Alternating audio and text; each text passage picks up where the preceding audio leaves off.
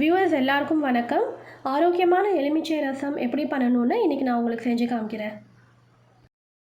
இதை செய்கிறதுக்கு நான் 1 ஸ்பூன் மிளகு, 1 ஸ்பூன் ஜீரகம், 10 to 12 பல் சின்ன சைஸ் பூண்டு, ஒரு தக்காளி எடுத்திருக்கேன். இது எல்லாத்தையும் நான் மிக்சர் கிரைண்டரில் ஆட் பண்ணி நல்லா ஃபைன் பேஸ்ட்டாக தண்ணி சேர்க்காமல் அரைச்சிக்க போகிறேன். இப்போ நான் எல்லாத்தையும் இதில் ட்ரான்ஸ்ஃபர் பண்ணிக்கிறேன். மிளகு, ஜீரகம், பூண்டு, முதல்ல இதை மட்டும் கொஞ்சம் கோஸாக அரைச்சிக்கிட்டு அப்புறம் இந்த தக்காளி சேர்த்து அரைச்சிக்க போகிறேன். இதை நான் இப்போ கொஞ்சம் கோஸாக கொரன்னு அரைச்சிருக்கேன்.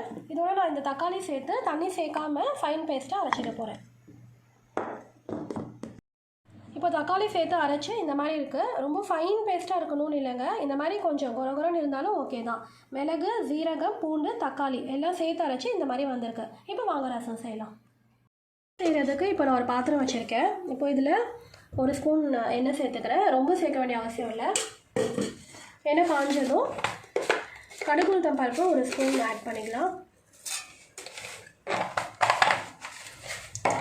கூடவே கொஞ்சம் கருவேப்பிலை.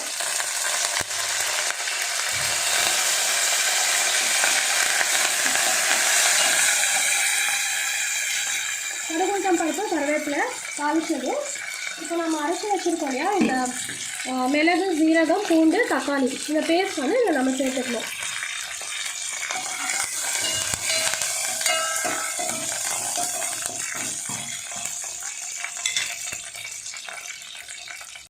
வச்சுருக்கிறேன் இந்த பேஸ்ட் ஆட் பண்ணிக்கிறேன்.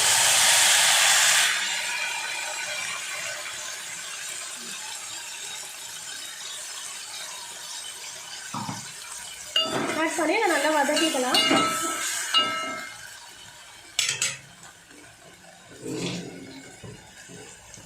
கூடவே நான் இதில் 1 ஸ்பூன் பெருங்காய பவுடர் ஆட் பண்ணிக்கிறேன். அதோட கொஞ்சம் உப்பு சேர்த்துக்கிறேன். உப்பு தேவைக்கேற்ப நீங்கள் சேர்த்துக்கோங்க. நல்லா மிக்ஸ் பண்ணிக்கலாம். பெருங்காயத்தூள் நிறையவே ஆட் பண்ணலாம், ஏன்னா அது அஜீரண கோளாறுகள் எல்லாத்தையும் போக்க வல்லது.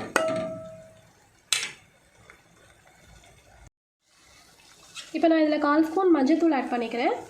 இதையும் சேர்த்து நல்லா வதக்கிக்கலாம். 1 நிமிஷம் வதக்கிட்டு நெக்ஸ்ட்டு நம்ம இதில் ஒரு 3 கிளாஸ் தண்ணி சேர்த்துக்கலாம். இப்போ நான் நல்லா வதக்கிக்கிட்டேன் மஞ்சள்தூளும் சேர்த்து.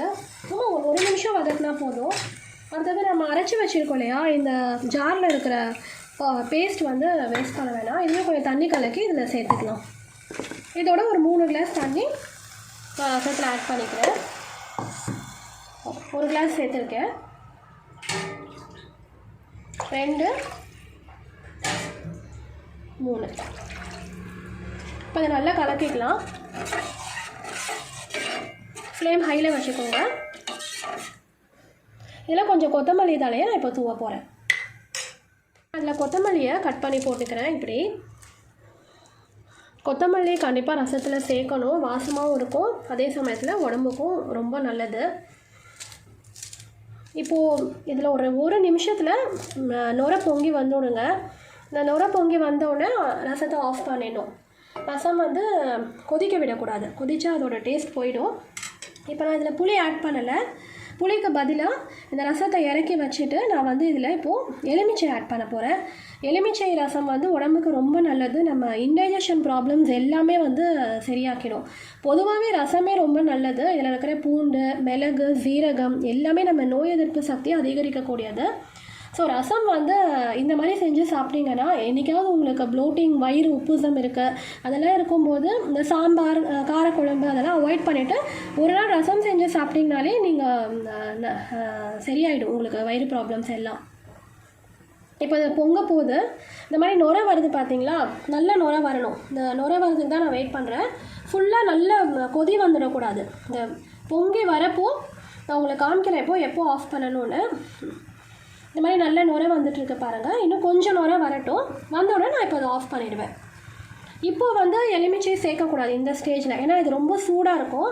ரொம்ப சூடாக இருக்கும்போது எலுமிச்சை சேர்த்துட்டிங்கன்னா ரசம் கசந்து போயிடும். ஸோ இந்த சூடு வந்து கொஞ்சம் கம்மியாகணும். கொஞ்சம் பொறுக்கிற சூடு வரும்னு சொல்லுவோம் இல்லையா, அந்த டைமில் ஒரு 1/2 லெமன் ஆட் பண்ணால் போதும். 1 லெமன் வேணாம், ரொம்ப புளிச்சு போயிடும். 1/2 லெமன் சேர்த்துக்கலாம். இப்போ ஆஃப் பண்ணிடலாம். ஆஃப் பண்ணி இதை மூடிட்டேன்.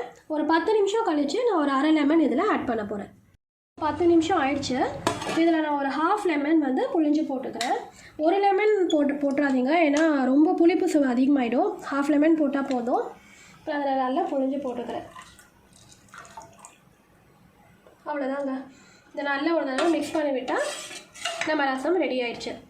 நம்ம வீட்லேயே எவ்வளோ சிம்பிளாக ஈஸியாக ரசம் பண்ணிட்டோம் பார்த்தீங்களா? இதை பண்ணுறதுக்கு ஒரு 10 மினிட்ஸ் கூட ஆகலை. அவ்வளோதாங்க, நம்ம ரசம் எவ்வளோ ஈஸியாக சிம்பிளாக ரெடி ஆகிடுச்சு பார்த்தீங்களா? இப்படி வீட்லேயே நம்ம செஞ்சு சாப்பிட்டோன்னா நம்ம ஆரோக்கியமாக இருக்கலாம். பசிக்கும் போது வீட்டில் காய் எதுவும் இல்லைனாலும் ஸ்விக்கி ஜொமேட்டோவுக்கு ஃபோன் பண்ணாமல் இந்த மாதிரி பண்ணி சாப்பிட்டோன்னா நம்ம ஹெல்த்துக்கு ரொம்ப நல்லது. மீண்டும் ஒரு பயனுள்ள வீடியோவோட உங்களை மறுபடியும் சந்திக்கிறேன். நன்றி, வணக்கம்.